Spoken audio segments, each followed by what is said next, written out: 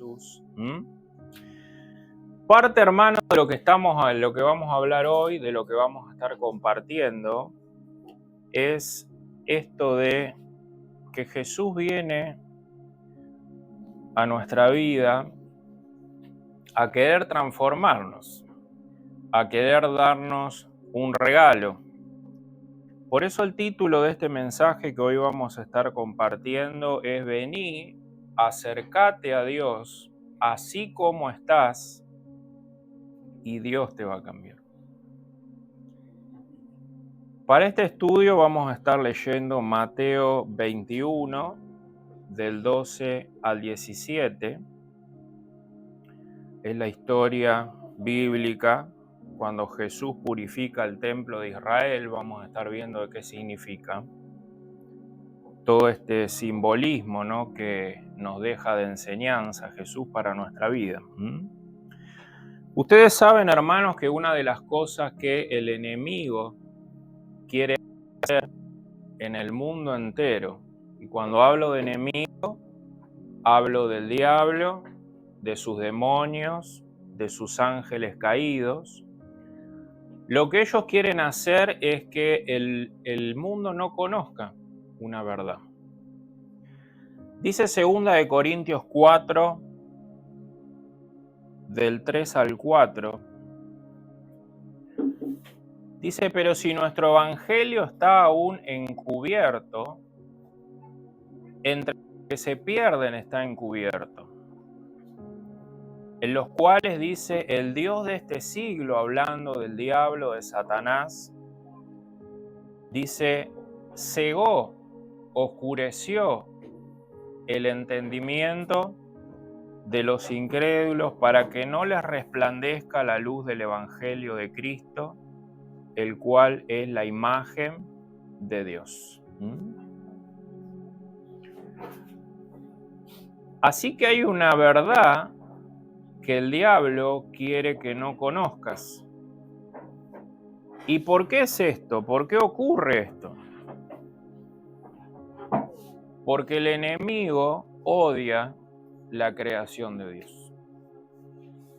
El enemigo odia a la humanidad y la quiere arrastrar ¿a dónde? A la misma condenación que él. El diablo dice que en la cruz ya fue vencido y que solamente le espera la condenación. Pero él no se quiere quedar con eso y quiere arrastrar a la mayor cantidad de personas al mismo destino que él. Y él se encarga de distraer con diferentes cosas para que la gente no conozca esa verdad y te aleje de Jesús, te aleje de la Biblia, te aleje de la iglesia, te aleje de lo bueno que Dios tiene para vos. Todos creemos, como decimos siempre, o creíamos, gracias a Dios que Dios nos sacó de esa oscuridad, que cuando nosotros moríamos, nuestro destino iba a ser el cielo, pero esa no es la verdad que la Biblia enseña. La verdad y la urgencia de por qué Jesús tuvo que morir es porque nadie podía entrar al cielo. ¿Por qué? Porque Dios es santo y nosotros, ¿qué somos? Pecadores. La naturaleza de Dios, de su santidad, es perfecta, no puede ser quebrada. Y en su presencia solamente puede estar algo perfecto,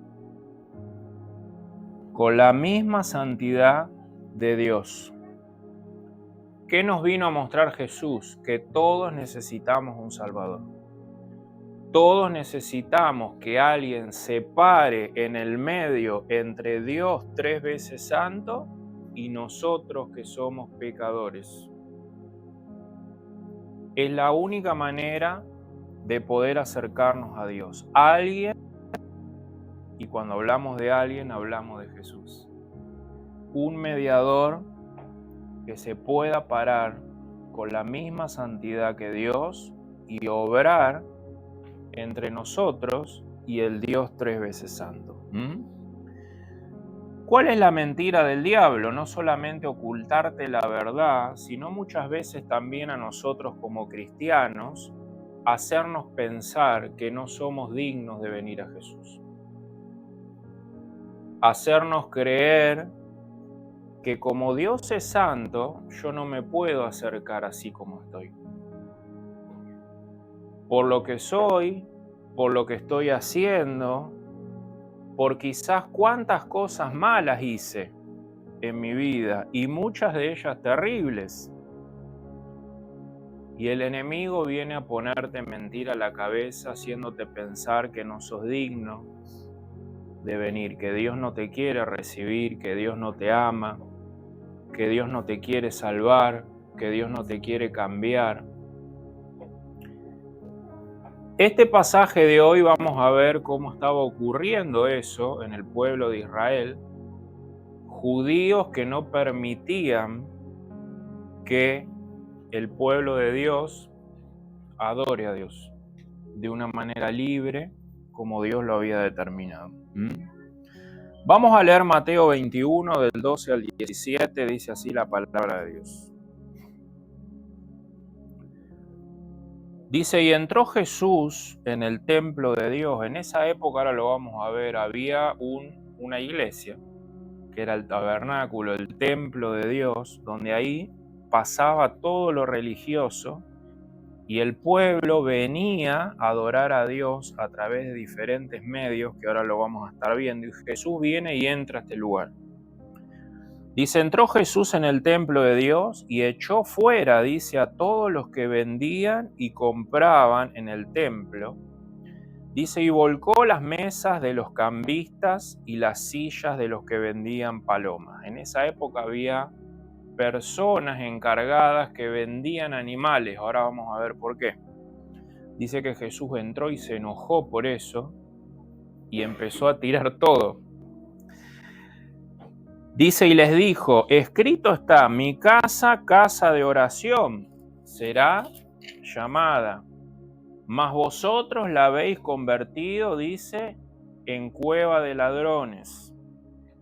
Y vinieron a él en el templo ciegos y cojos y los sanó.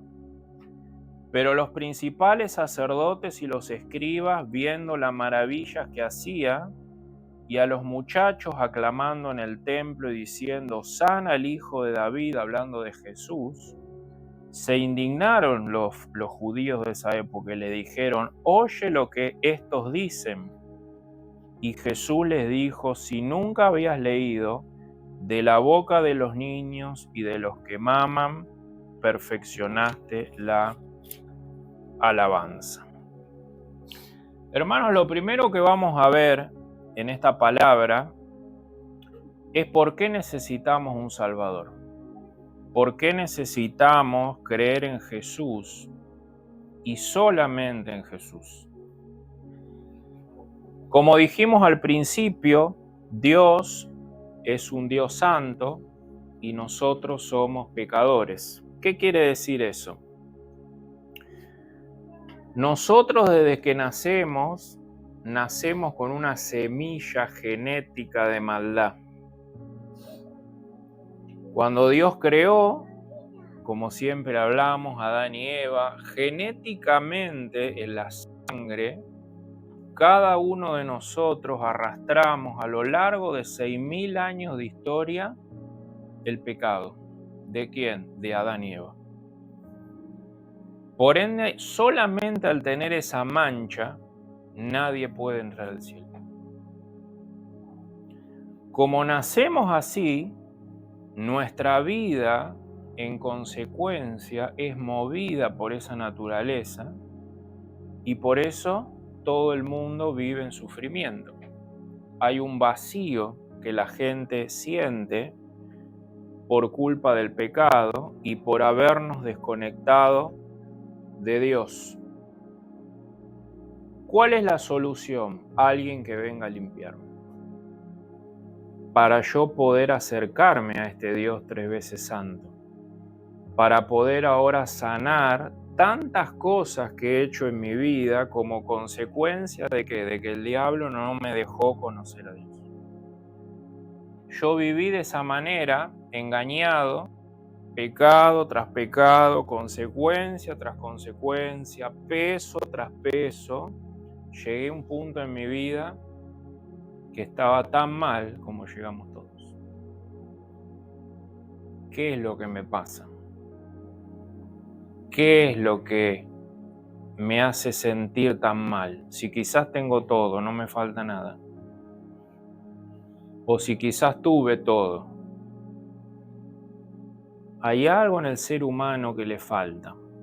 Y el pecado te genera carga, angustia, tristeza, depresión, peso. Por eso necesitamos un Salvador. Necesitamos a alguien que nos purifique, alguien que nos limpie, alguien que saque eso de mi interior que solamente el Espíritu puede sacar. ¿Qué estaba pasando acá en estos pasajes? Jesús estaba purificando en este momento el templo terrenal que había donde funcionaba todo lo religioso en la época de Jesús. Pero todo esto era una metáfora, una enseñanza de lo que Jesús verdaderamente iba a hacer en nuestra vida, purificar nuestro templo. Dice la Biblia que nosotros somos templo del Espíritu Santo.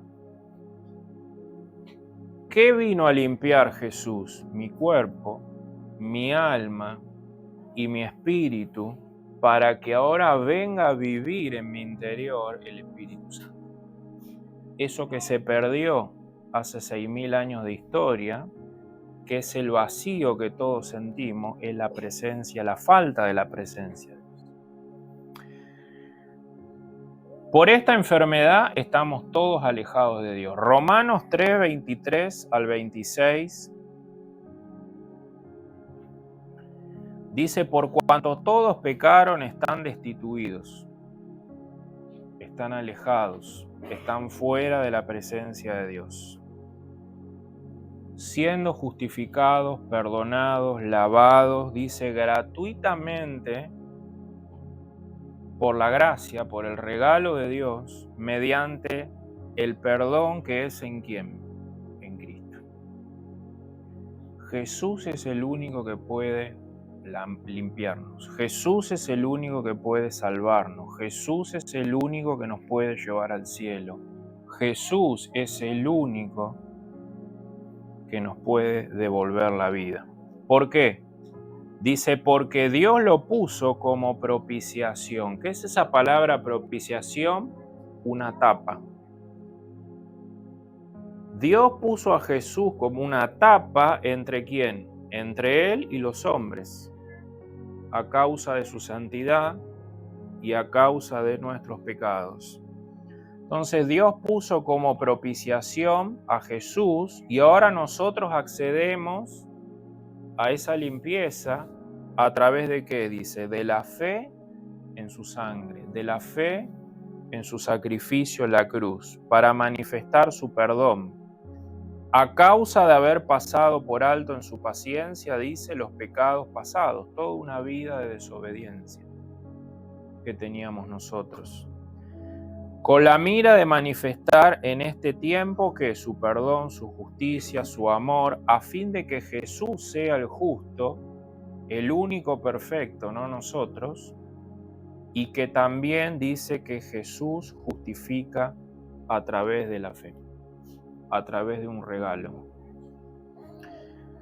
¿Por qué todos pecamos? Porque somos una raza que nació genéticamente manchada, con esa maldad, con esa tendencia a rebelarnos contra Dios, a rebelarnos contra su palabra. Y arrastramos, como dijimos, desde nuestro nacimiento. Pero Dios en su amor y su misericordia, como dice este pasaje, envió a su Hijo, envió a un Salvador.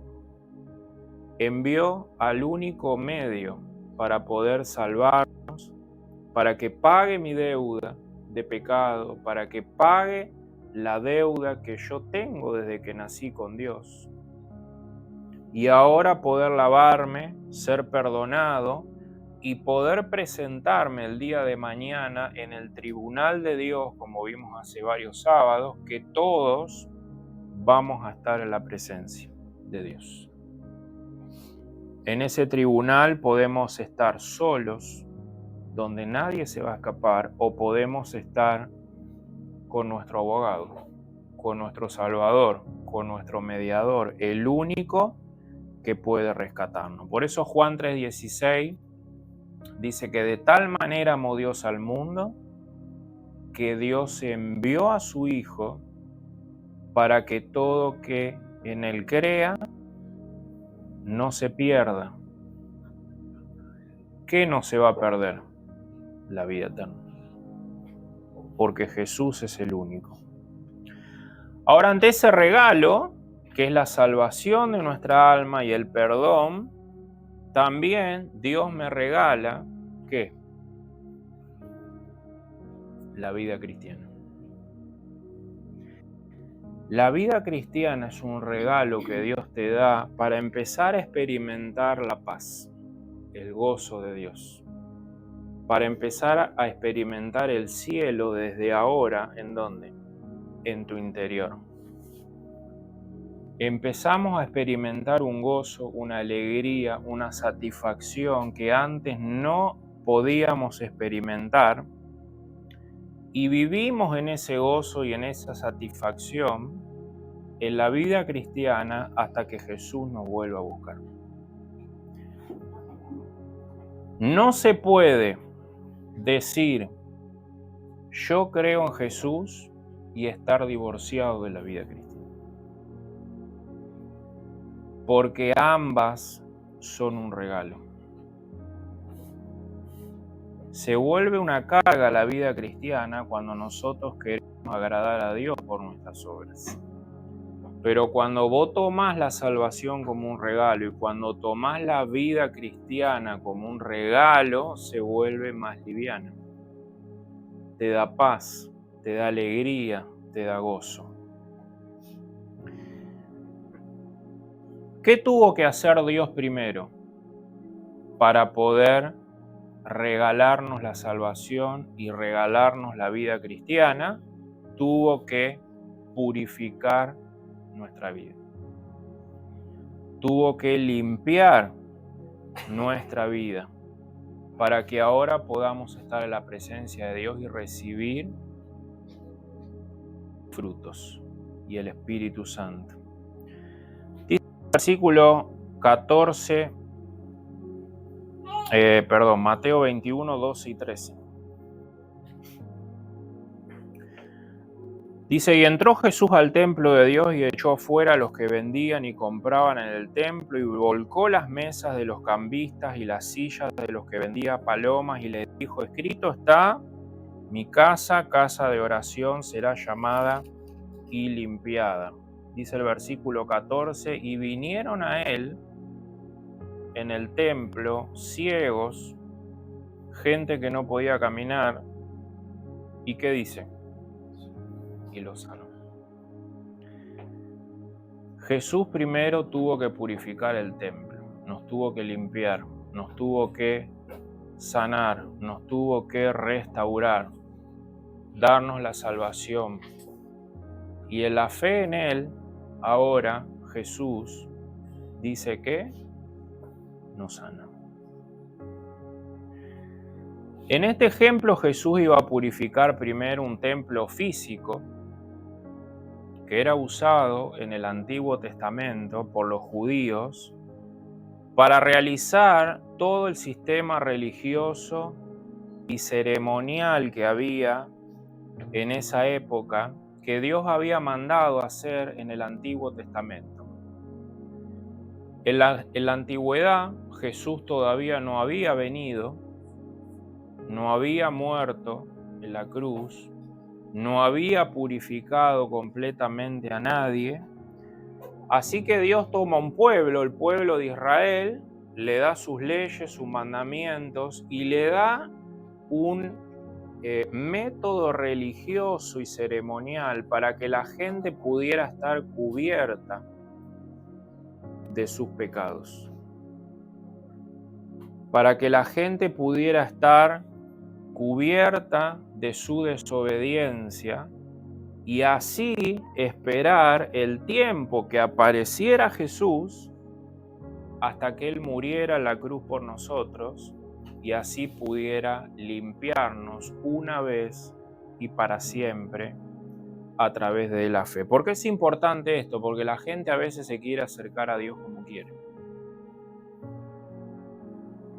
Yo me relaciono con Dios como yo pienso, yo me relaciono con Dios como yo quiero, yo conozco a Dios a mi manera, a mí nadie me tiene que venir a enseñar nada. Bueno, estás equivocado. Porque Dios es un Dios de pactos, Él es el creador, Él es el rey del universo y Él establece los medios por el cual su criatura se va a acercar a Él. En este sistema religioso, Dios había dado un pacto entre Él y el pueblo de Israel que se llamaba el pacto de obras. Por eso estaba todavía el templo físico. ¿Qué dice este pacto de obras? Deuteronomio 28 del 1 al 2. Este era el pacto que estaba el pueblo de Israel en el Antiguo Testamento. 28 del 1 al 2. Dice: acontecerá si oyeres atentamente la voz de Jehová tu Dios para guardar y poner por obra todos sus mandamientos que yo te prescribo hoy, también Jehová tu Dios te exaltará sobre todas las naciones de la tierra, y vendrá sobre ti todas estas bendiciones y te alcanzarás si oyeres la voz de Jehová tu Dios. Bien, eso si obedeces. Ahora, ¿qué pasa cuando no obedecía el pueblo de Israel? Dice Deuteronomio 28:15. Pero acontecerá que si no oyeres la voz de Dios, para procurar cumplir todos sus mandamientos y todos sus estatutos, yo te intimo hoy que vendrán sobre ti todas estas maldiciones y te alcanzarán. Dios había hecho un pacto de obras con el pueblo de Israel. Si el pueblo de Israel cumplía la ley perfecta de Dios, iba a ser bendecido. Y si no, dice que iba a ser maldecido. Por eso en el Antiguo Testamento el pueblo de Israel estaba bien un tiempo, los atacaban y todo lo que vemos en el Antiguo Testamento. Así que Dios, como sabía que nadie podía cumplir perfectamente, dio al pueblo de Israel este sistema de rituales para que ellos pudieran mantenerse cubiertos de sus faltas.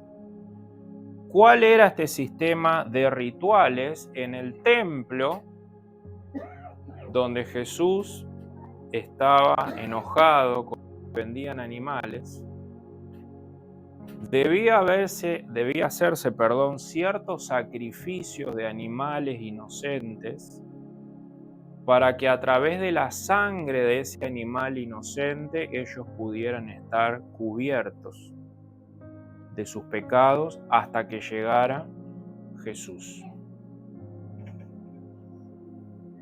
Levítico 4 del 1 al 26. El libro de Levítico es un libro ceremonial que los sacerdotes de esa época tenían que aprendérselo de memoria porque era su oficio. Pero fíjense lo que hacían.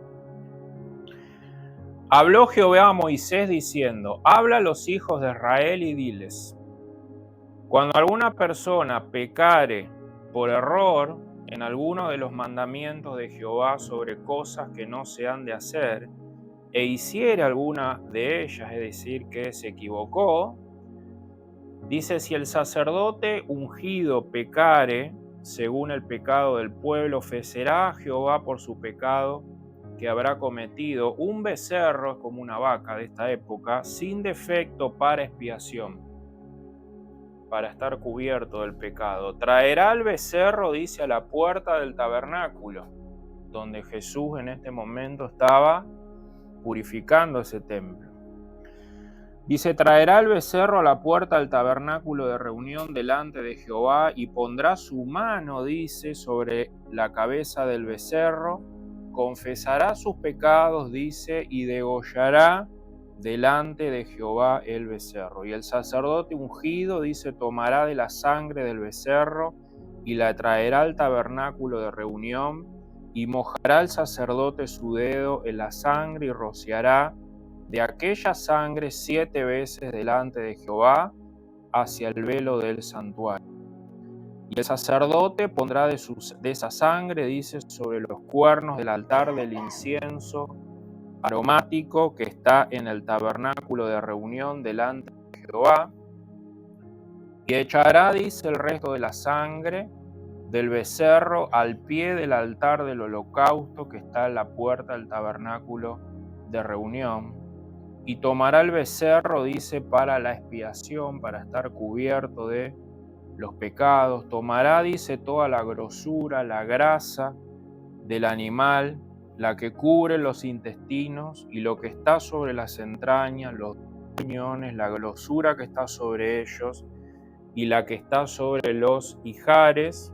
Con los riñones quitará la grosura del riñón del hígado, de la manera que se quite del buey del sacrificio de paz, y el sacerdote lo hará arder, dice, sobre el altar del holocausto, y la piel del becerro y toda su carne con su cabeza, sus piernas, sus intestinos y todo su estiércol, dice, en fin de que todo el becerro sacará afuera del campamento a un lugar limpio, donde se echarán las cenizas y lo quemará el fuego sobre la leña, en donde se echarán las cenizas será quemado.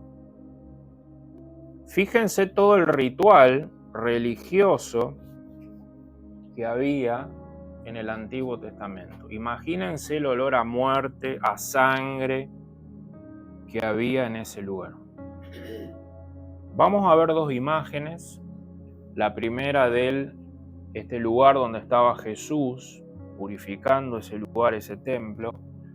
Esta era la parte, esto es en el Antiguo Testamento, ¿no? El templo era ya de piedra, ¿no? Pero la estructura era igual. ¿Qué hacían? Este era el sumo sacerdote, que recibía a las personas diciendo: yo pequé, me equivoqué contra Dios, traigo un becerro, un animalito para cubrir mi pecado y mi falta. Traían el animalito a la puerta del altar, ponían la mano sobre el animal, confesaban sus pecados y el animal era degollado en ese lugar y la sangre era rociada en cada uno de estos instrumentos. Este es el altar de bronce donde era quemado el animal como ofrenda. Esto era el lavacro donde el sumo sacerdote, luego de degollar al animal, se lavaba las manos. ¿Para qué? Para entrar al lugar santo. Este era el tabernáculo de Dios. Vamos a ver adentro.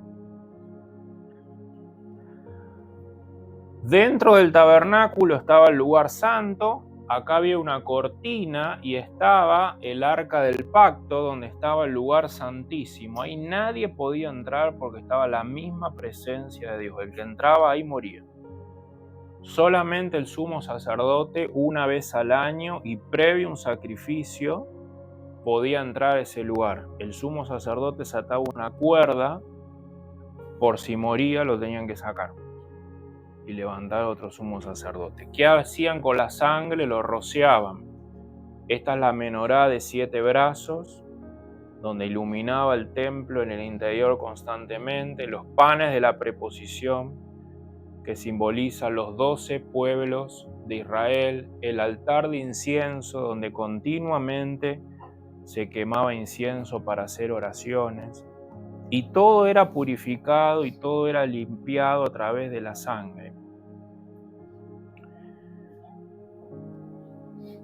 Muchas religiones falsas toman estos pasajes para decir que hay que hacer sacrificios. Como por ejemplo,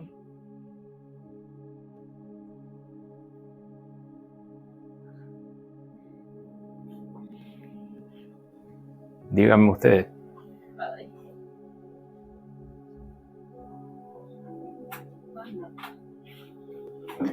Los umbandas toman este pasaje para decir tenemos que matar animales para que Dios nos responda, para que pueda ser beneficiado yo en este mundo, para que Dios me escuche.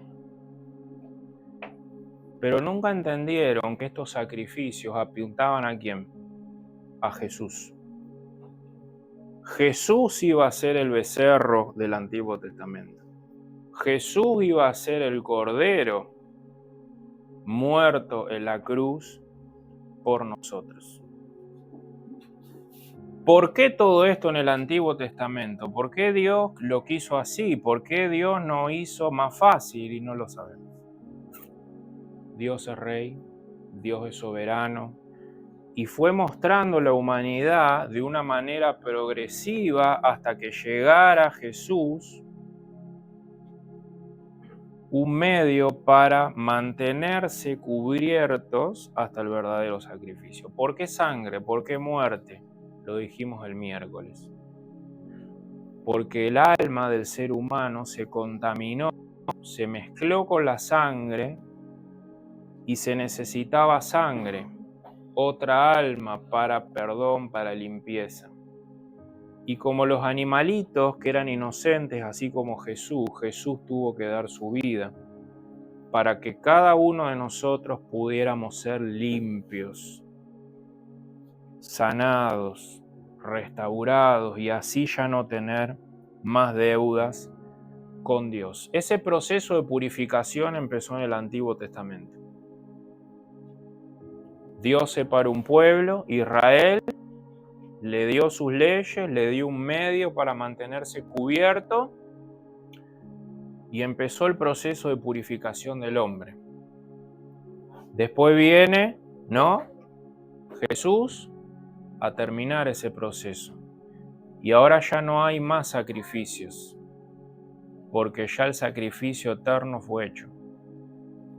Ahora solamente Dios te regala la fe. Y ahí es cuando entra el segundo pacto que Dios hace con el hombre para que él se pueda acercar a este Dios 3 veces santo. ¿Cuál es ese pacto? De gracia. El nuevo pacto en su sangre. Porque para perdón de pecados, para limpieza de pecados, se necesita sí o sí sangre santa, pura, sin mancha, para poder lavarnos, para poder limpiarnos, para poder acercarnos a Dios. Hay algo que sí sabemos de por qué Dios permitió esto en el Antiguo Testamento, es porque les quería mostrar que el pecado trae terribles consecuencias. El pueblo de Israel podía oler, podía ver y podía tocar con sus propias manos la consecuencia, el horror del pecado y lo que tuvo que hacer Dios para poder salvarnos. Hebreos 10 del 1 al 22 explica esto del Antiguo y del Nuevo Testamento, del sacrificio que se hacía antes de los animales y el sacrificio que ahora hizo Jesús por nosotros. Hebreos 10 del 1 al 22.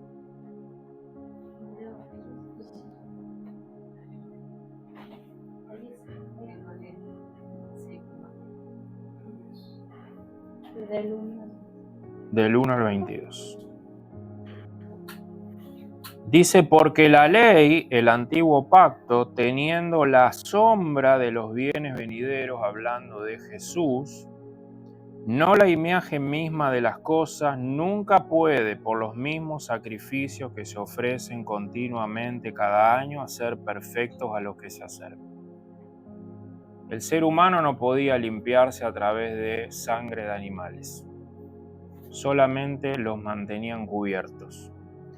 Dice, de otra manera cesaría de ofrecerse, pues los que tributan este culto, limpios una vez, no tendrían ya más conciencia de pecado.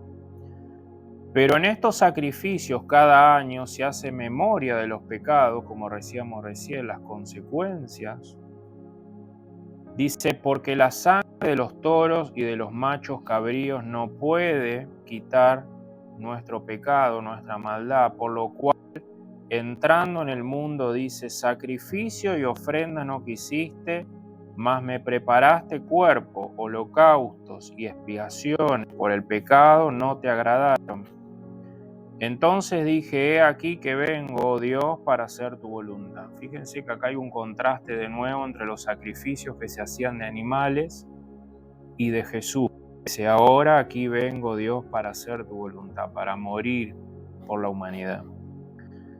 Dice, como en el rollo del libro está escrito de mí, diciendo, primero sacrificio y ofrenda y holocausto y expiaciones por el pecado no quisiste ni te agradaron, los cuales cosas se ofrecen según la ley. Y diciendo luego, he aquí vengo, Dios, para hacer tu voluntad, quita lo primero el sistema religioso de sacrificios de animales, dice, quita lo primero para establecer lo último. ¿Qué es lo último que Dios estableció? La muerte de Jesús en la cruz. En esa voluntad, en esa muerte, en ese sacrificio de Cristo, dice, somos santificados, somos limpiados. Dios nos perdona, Dios nos recibe, Dios nos bendice. Mediante la ofrenda del cuerpo de Jesucristo, hecha, dice, una sola vez y para siempre. Ya no se necesitan hacer más sacrificios. Dice, y ciertamente todo sacerdote está día tras día ministrando y ofreciendo muchas veces los mismos sacrificios, hablando del sumo sacerdote del templo del Antiguo Testamento. Dice que nunca pueden quitar los pecados, nunca pueden limpiarlos completamente. Pero Cristo, habiendo ofrecido una vez y para siempre un solo sacrificio por los pecados, se ha sentado ahora, dice, a la diestra de Dios, y Él está ofreciendo continuamente de Dios su sangre, su sacrificio, por nosotros. Esto significa, hermanos, que Dios nos perdona, que Dios nos lava, que Dios nos limpia. ¿Qué nos dice Jesús? Vení así como estás. Vení así como estás, sucio, manchado, con faltas, con pecados, con errores, que yo me voy a encargar de limpiarte. Yo me voy a encargar de hacerte a la imagen de mi Hijo. Yo me voy a encargar de restaurar tu vida. Dice Isaías 1:18.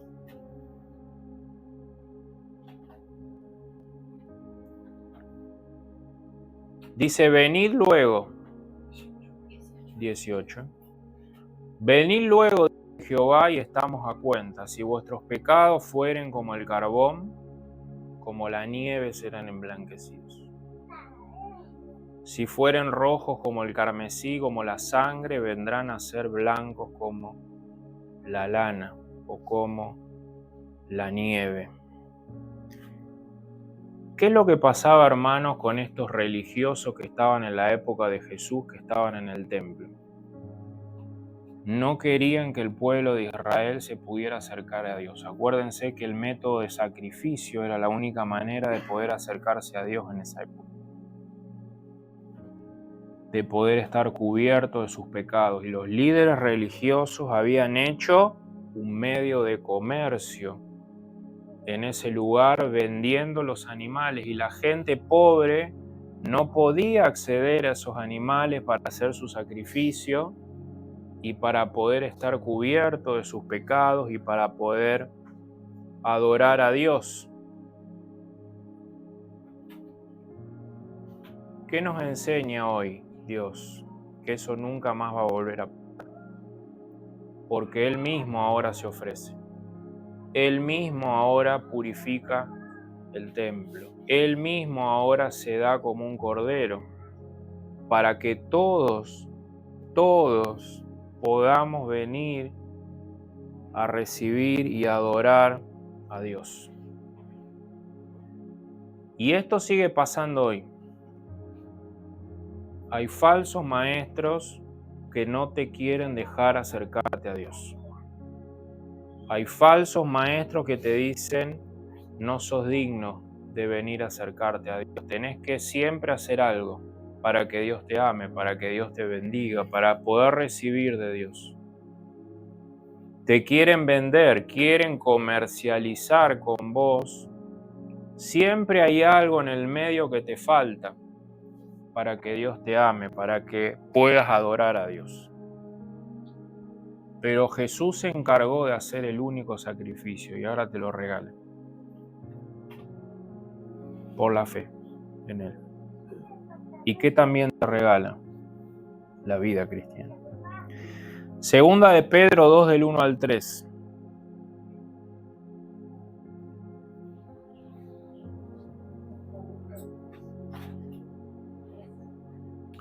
Dice, pero hubo también falsos profetas entre el pueblo, como habrá entre vosotros falsos maestros que introducirán encubiertamente herejías destructoras. ¿Cuál es la herejía destructora? La que no te deja acercarte a Dios. La que te dice que tenés que hacer algo para que Dios te bendiga, para que Dios te ame, para que Dios te reciba. O sea, algo más que la fe en Jesús. Dice, y aún negarán al Señor que lo rescató. ¿Y por qué lo niegan? Porque no, para ellos no le alcanza que Jesús murió y regala la salvación. Le tienen que agregar algo más a la obra de Jesús. Dice, atrayendo sobre sí mismo destrucción repentina. Dice, y muchos seguirán sus disoluciones por causa de los cuales el camino de la verdad será blasfemado. ¿Cuál es la verdad que va a ser pisoteada por estos falsos maestros? Es que Jesús no alcanza. Necesitas hacer algo para que Dios te bendiga. ¿Y cuál es el motor de estos falsos maestros? Dice, por avaricia harán mercadería de vosotros con palabras fingidas, sobre los cuales ya de largo tiempo la condenación no se tarda y su perdición no se duerme. Los falsos maestros, como en esa época, no te quieren dejar adorar a Dios. Siempre te falta algo. ¿Por qué? Porque no les conviene que ustedes conozcan la verdad. Porque los falsos maestros lo que les interesa no es su crecimiento espiritual, sino que los usan como un medio de mercadería. Para simplemente yo beneficiar. Eso no les conviene que ustedes aprendan la palabra de Dios. ¿Por qué? Porque la verdad los va a hacer libres. Y ellos no los quieren libres porque no les conviene. En una iglesia que no se enseñe la palabra de Dios sana, pura, como está escrita, no es una iglesia. La iglesia no es para venir a distraernos, pasarla bien. La pasamos bien, obviamente, ¿no? Pero es para venir a estudiar la palabra de Dios. Porque estamos en una guerra donde el diablo te quiere destruir, te quiere alejar. Hermano, Dios nos salva y nos da vida eterna. Dios nos salva y te regala la vida cristiana. Dios nos salva y te regala la oración. Dios nos salva y te regala hermanos, te regala iglesia, te regala venir a congregarte para escuchar su palabra. Dios te salva para que leas la Biblia, para que la estudies. Dios te salva para que puedas bautizarte. Dios te salva para que compartas la Santa Cena. Dios te salva para que prediques el Evangelio. Dios te salva para que tengas un propósito, un sentido en tu vida destruida, amargada, triste, resentida. por rechazar el regalo de Dios. No hay otro medio. Es como Dios dice que se tiene que hacer, no como a nosotros nos parece. ¿Querés seguir viviendo tu vida amargada, triste, viendo derrota tras derrota? Seguí viviendo como estabas viviendo. Dios no te obliga. Pero acá somos muchos que hemos venido destruidos a la presencia de Dios y Dios ha hecho un milagro, purificó nuestra vida. ¿Sabes por qué? Porque un día decidimos acercarnos. Un día dejamos de creer la mentira del diablo y dijimos, Dios es el único que me puede lavar. Dios es el único que puede cambiarme. Dios es el único que puede sacarme de esta miseria que estoy viviendo y acá estamos. Del cual yo soy el primero. Del cual Dios ha hecho en mi vida cosas increíbles. Así que no te dejes engañar. Dios purificó tu templo, como en este momento en Israel, porque Jesús es el único camino. Jesús es la única vida. Jesús es el único que puede lavarnos, purificarnos, darnos el cielo, darnos una vida gozosa. Nos santifica, nos limpia, nos da fuerza para no solo vivir la vida eterna, sino esta vida. Esta vida, crecer a la imagen de Jesús y vivir con Él por los siglos de los siglos. ¿Cuál es nuestra tarea? Acércate. Acércate. Seguí viniendo, seguí aprendiendo, porque toda batalla se gana acercándote a Jesús, no alejándote de Él. Cuanto más crezcas en lo espiritual, cuanto más te acerques, cuanto más estés en su presencia, Dios va a obrar en su vida. Hermano, vamos a orar. Con esto terminamos.